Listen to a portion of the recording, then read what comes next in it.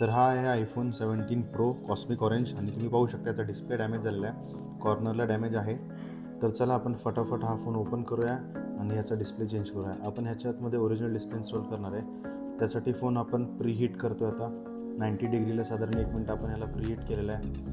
आता आपण ह्याला आपल्या डिसअसेंबली टूलमध्ये टाकून ह्याचा डिस्प्ले आपण ओपन करत आहोत.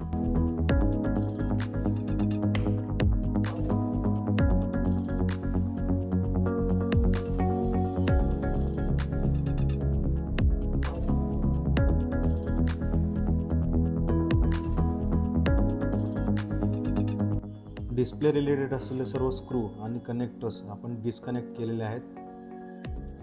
या फोनच्या फ्रंट कॅमेरा, फेस ID आणि IR कॅमेऱ्याला आपण टेपिंग केलेली आहे जेणेकरून हे डॅमेज नको व्हायला. हा आहे जुना डॅमेज डिस्प्ले जो की कम्प्लिटली रिमूव्ह केला आहे. आणि हा आहे ब्रँड न्यू 17 प्रोचा ओरिजिनल डिस्प्ले जो की आपण आता आयफोनला लावून टेस्ट करणार आहे.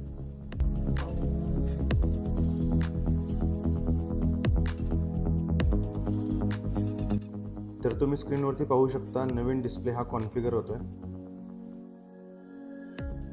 आता आपण ह्या फोनची फायनल टेस्टिंग घेतोय.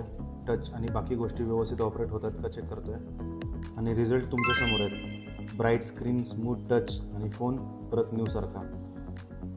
अशाच फोनच्या रिपेअरसाठी गॅजेट डॉक्टरला फॉलो करा.